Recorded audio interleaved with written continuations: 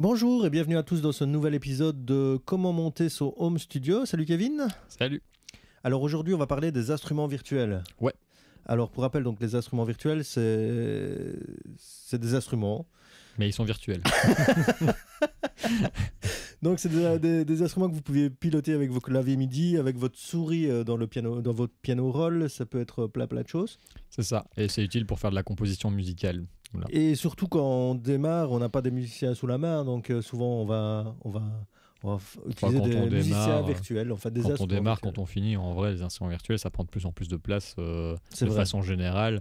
Maintenant, en vrai, la plupart du temps, les prods, elles sont faites comme ça, quoi. C'est rare de... Enfin, non, c'est ouais, pas... non, il y a Je vais quand pas même dire que c'est rare. Je vais pas dire que c'est des rare. musiciens. Qu'est-ce que mais... tu vas dire? Oui, bien sûr, il y a encore des musiciens. Voilà, on n'est pas au point où on en a plus besoin, mais je veux dire, dans les productions pop actuelles, comme on a beaucoup de rap, on a beaucoup de pop très synthétique et tout ça, bah, la plupart du temps, ça va être fait aux instruments virtuels. Donc, parce qu'on va utiliser des boîtes à rythme, on va pas utiliser une vraie batterie, on va utiliser des Rhodes et on va utiliser un instrument virtuel pour le faire, on va pas utiliser un vrai Rhodes. On va utiliser des trucs comme ça. Donc en vrai, ça dépend de quel style vous voulez faire. Évidemment, si vous voulez faire du rock, ça va pas marcher du tout de faire ça aux instruments virtuels. Ou de la world music. Voilà, ou de la world music. Bah, il y a encore moyen, mais ça sera plus moyen, quoi. Ouais. Mais par exemple, de la pop actuelle, surtout avec la proéminence du rap dans la pop, bah, c'est possible, quoi. C'est plus que possible, ouais. Ouais. Il y a, ce que tu veux dire, je vais résumer un peu différemment, mais en gros, c'est qu'il y a plein de styles de musique maintenant qui n'utilisent que ça pour faire de la musique, en fait. Et donc, du coup, ça devient la norme. Alors, cette norme, elle a commencé dans les années 80, même un peu avant, mais surtout dans les années 80, où ils ont utilisé beaucoup de claviers. À l'époque, c'était pas des instruments virtuels, mais des claviers, des synthés, quoi, pour remplacer les musiciens.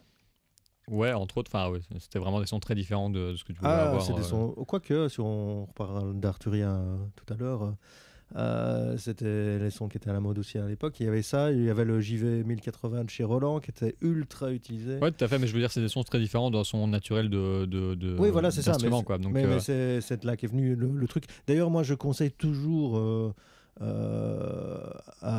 aux débutants, etc., la philosophie suivante qui est: si vous voulez qu'un son sonne synthétique, prenez un synthé. Si vous voulez qu'un son sonne acoustique, si vous n'avez pas les moyens, prenez un synthé. Mais si vous avez les moyens, si tu veux avoir un vrai son de vraie guitare, c'est toujours mieux de faire une vraie guitare. Toujours mieux de prendre une vraie, je parle d'une guitare acoustique par exemple, ce sera toujours mieux d'avoir une mais alors vraie là je te rejoins parce qu'en fait les samples, les instruments virtuels de guitare acoustique, encore maintenant, ils sont pas encore vraiment tip top. Ça commence à être pas mal, hein, mais c'est pas tip top. Mais c'est pas le cas pour tous les instruments. Par exemple, moi je pense à Superior Drummer. Si tu passes ton temps à bien calibrer tout, ça peut ressembler à un vrai batteur, par exemple, tu vois. Ouais, ça peut ressembler. Ouais. Mais ce sera pas pareil qu'un vrai batteur. Ce sera pas pareil à cause du groove et tout ça, évidemment. Et pas que ça, aussi au niveau de la sonorité. Même si on s'en rapproche très très fort, si on a 98% de se rapprocher, bah, il manque quand même 2%, les 2% qui ouais, mais le truc c'est que à l'oreille, c'est rare les gens qui entendent la différence. D'ailleurs, le nombre de productions qui ont été faites avec un batteur virtuel et qui en fait on dirait pas, quoi, tu vois. Enfin voilà. Donc comme ça vous savez un peu ça. Maintenant, vraiment, je crois qu'on sera d'accord là-dessus. Si vous commencez, le budget, c'est facile, budget zéro, commencez par des trucs gratuits, quoi. Carrément, en fait, il y a des trucs gratuits qui sont vraiment très bien, hein, on va pas se mentir, ça passe vraiment très bien, quoi. Et donc, dans les plugins gratuits, on peut parler notamment de... Il y a une banque de sons là que tu ouais, moi je conseille fortement Labs de Spitfire, qui marche vraiment très bien. En fait, ils ont beaucoup de trucs. Ils ont des pads, ils ont un petit piano. Alors, ils n'ont pas énormément de choix, donc ça va être assez vite limité. Mais pour commencer, ils ont quand même beaucoup de choses qui sont vraiment très utiles.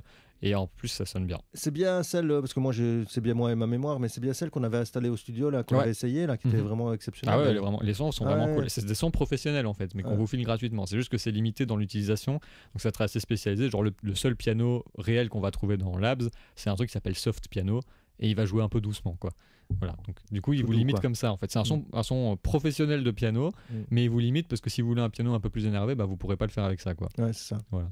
Mais vraiment, ouais, j'avais été bluffé cette fois-là qu'on avait testé ça. Ah ouais, franchement les sons sont très bons. Et d'ailleurs, on vous invite à aller voir, on a fait quelques vidéos, même plusieurs, on a fait 3-4 vidéos différentes. Je crois qu'on est à 3, ouais. Avec des plugins gratuits. Des plugins gratuits, ouais. Et des fois on parle d'instruments virtuels dedans, donc n'hésitez pas à aller voir ça, ouais. Ouais. Et moi, petit conseil, si vous cherchez des instruments virtuels d'un instrument précis, vous en prenez plusieurs et vous les stackez l'un sur l'autre, vous faites du layering et ça va ressembler plus à quelque chose de professionnel. Du coup, il y a vraiment moyen de s'en sortir au début qu'avec des trucs gratuits en fait. Tu mettras les liens évidemment dans la vidéo, dans nos vidéos. Ouais, je vous mets un petit i là avec. Je vous mets les. On en a trois. Je lis souvent, donc on mettra aussi dans, je mettrai aussi dans la description. Mais on a trois vidéos, je vous les mets en i à des moments différents de la vidéo. Voilà. Parfait. Bon, alors maintenant, si vous avez un peu de budget, que vous voulez investir un peu d'argent dans des banques pro, on va dire ça comme ça. Toi, Kevin, qu'est-ce que tu conseillerais ? Ouais, alors déjà, on peut notifier que quand vous achetez un clavier MIDI, comme on en a parlé juste avant, bah vous avez aussi accès à certains instruments qui sont professionnels. Donc ça peut être le cas. Donc, parfois des versions light ou parfois des versions light et tout ça, mais ce sont des sons professionnels. Donc déjà, c'est déjà un premier pied. Voilà, c'est déjà un premier pied. Si vous avez besoin de ça, peut-être que ça vaut le coup de regarder ce qu'ils vous offrent en software quand vous achetez un clavier MIDI, quoi. D'ailleurs, on vous renvoie du coup à notre podcast précédent qui parlait des claviers MIDI, et du coup, on a à chaque fois dit ce que. Ouais, c'est ça, tout à fait. Ce que vous aviez comme plug gratuit avec. Ouais. Et sinon, moi, ce que je conseillerais, en fait, ça va dépendre de ce que vous faites comme style de musique, évidemment. Mais moi, je suis tombé sur une offre que j'aime beaucoup et j'ai un peu envie de l'essayer en vrai. Donc, je vais en parler récemment. C'est la marque UVI. Donc, c'est une marque assez récente qui maintenant est en partenariat avec plusieurs grosses marques. C'est assez connu déjà. Hein. Ça commence à faire son trou, ouais. Mais c'est pas encore au niveau de Native, tu vois, par exemple. Mais ils font la même chose que Native Instruments. Donc, c'est quelque chose qui développe des instruments virtuels de tout type. Donc, c'est-à-dire qu'ils ont énormément de choses. Ils ont des pianos, ils ont des synthés, ils ont des batteries, ils ont des basses. Ils ont vraiment plein de trucs de façon virtuelle. Et récemment, ils ont sorti une offre que je trouve vraiment très rentable. C'est 24 € par mois et vous avez accès à l'entièreté de leur banque d'instruments. On parle de presque plus de 200 instruments, je crois. Hein. Donc c'est quand même énorme et vous avez des cordes, vous avez un orchestre. T'as entendu la qualité des sons? C'était vraiment... Alors j'ai tout écouté. Tout. J'ai écouté les 200 instruments. Non. Si, pas une blague. Hein, c'est pas une blague. J'ai tout écouté.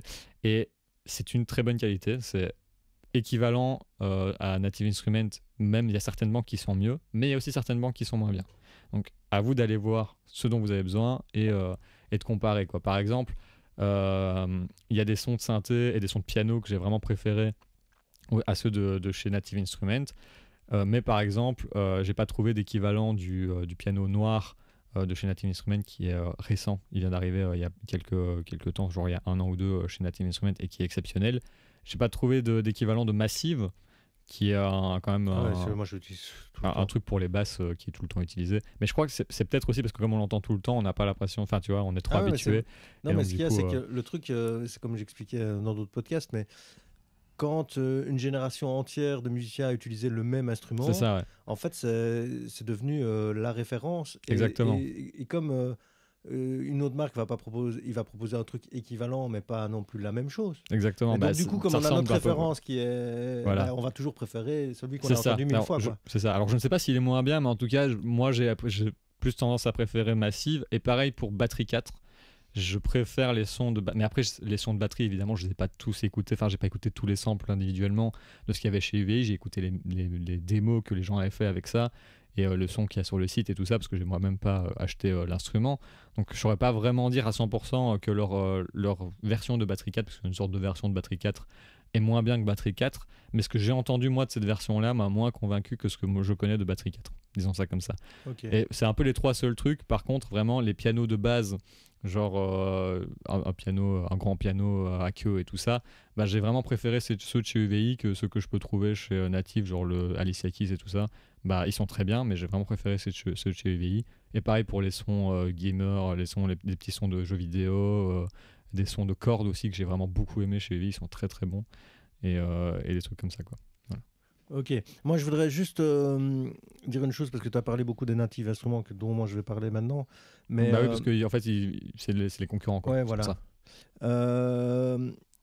Le truc, en fait, aussi, je voudrais rajouter un truc par rapport à tout ça, c'est que là, on parle d'acheter une banque de sons, mais par exemple, ici au studio, on a évidemment Komplete, mais... c'est très bien Komplete. Hein. C'est super bien. Mais par exemple, les pianos, moi, j'adore ceux de chez Ivory. J'utilise tout le temps, parce que je les trouve meilleurs à ceux de chez Komplete. C'est ça. Et donc, quand je vais prendre un piano... Dans 90% des cas, je vais prendre un Ivory. Ouais. Et je vais même pas aller les chercher chez Komplete. Et bah du coup, je t'avoue que moi, j'ai préféré ceux de chez UVI que ceux de chez Ivory, tu vois. Ah ouais, bah voilà, il faudra que j'aille écouter ça. C'est quand même de très bons pianos. Mais par contre, je ne sais pas si tu as écouté le noir de Native Instruments de nouveau. C'est vraiment mon piano favori ever. Quoi. Il sonne vraiment trop bien. C'est vraiment trop bien. Alors, c'est pas Native Instruments qui l'a produit. C'est, je sais plus c'est quoi la marque. Ils ont fait un autre truc qui s'appelle Piano Colors. Mais c'est vraiment un très très bon piano. C'est incroyable comme il sonne bien. Quoi. J'ai réécouté tout ça. Donc, qu'est-ce que je veux dire ? Donc, ce que je veux dire par là, c'est que évidemment que là, dans les banques de sons, quand vous en achetez une, elle sera jamais la meilleure pour tout. C'est obligé. Oui, évidemment. Et donc, nous, ce qu'on vous conseille, c'est une banque de sons pour avoir le maximum de trucs qualitatifs pour démarrer. Après, à vous, si vous aimez bien une banque de sons de batterie bien particulière, une banque de sons de piano, une banque de sons de cordes. Par exemple, nous, les cordes, ici, on utilise le East-West qui est vraiment au-dessus de ce aussi. C'est meilleur que Native, que chez Native. Mais par contre, chez Native, il y a plein de trucs que j'utilise tout le temps. Par exemple, Battery 4, moi, c'est ma référence de toutes mes boîtes à rythme. Quoi. Bah ouais, enfin, je suis d'accord. Battery 4, en fait, Battery 4, c'est la référence de tout le monde aussi. En fait, on s'en rend pas compte, mais c'est utilisé tellement partout. Et c'est même pas question que des samples. Hein. Évidemment, les samples, je vais trouver tout ce que je veux dedans. Et je serais content avec tout ce qu'il y a dedans. Mais moi, j'utilise aussi Battery 4 avec des samples extérieurs. Tu vois. Oui, alors, en tant que sampler, il est très bien fait. Il est tellement pratique. Quoi. Mais là, du coup, je crois que c'est équivalent. Enfin, un sampler, c'est un sampler. Enfin, non, évidemment. Mais je veux dire, quand tu recopies ton concurrent, évidemment, ça va donner plus ou moins la même chose. Mais c'est vrai que les samples de Battery 4, on les entend vraiment beaucoup. Et donc, du coup, on a tendance à beaucoup les aimer. Quoi. Et donc, voilà. Donc, la banque de son, moi, que je conseille, si je dois en acheter qu'une, et si je dois commencer, c'est Native Instruments. Pourquoi ? Parce que, comme tu disais très bien, Kevin, tout à l'heure, c'est le truc qui est utilisé par 80-90%. C'est la référence à Native Instruments. Donc, évidemment, tous les sons, vous les avez déjà dans les oreilles. Ouais. Et ce qui n'empêche pas de trouver parfois des sons originaux dedans. Oui, bien sûr. L'un n'empêche pas l'autre. Mais en tout cas, si vous voulez des sons qui sonnent actuels, vous trouverez votre bonheur là-dedans. Vous trouverez forcément, ce qui est vraiment très très bien chez Native aussi, c'est que vous avez des sons de tout type, contrairement à Arturia dont on a parlé dans le podcast précédent. Tout à fait. C'est que justement, moi, ce que j'aime bien, c'est qu'ils soient ouverts à d'autres banques de sons. Ça veut dire que si vous utilisez Complete, qui est le plug qui pilote tous les plugins de chez Native, vous pouvez, par exemple, nous, on a les Arturia. Ouais. On peut les piloter dans Complete. Ouais. Et même, ce qui est vraiment bien avec Native, c'est qu'ils ont aussi Contact et que la plupart des banques de sons externes marchent avec Contact. Fonctionnent avec Contact. Voilà. Parce que c'est vraiment le standard dans ce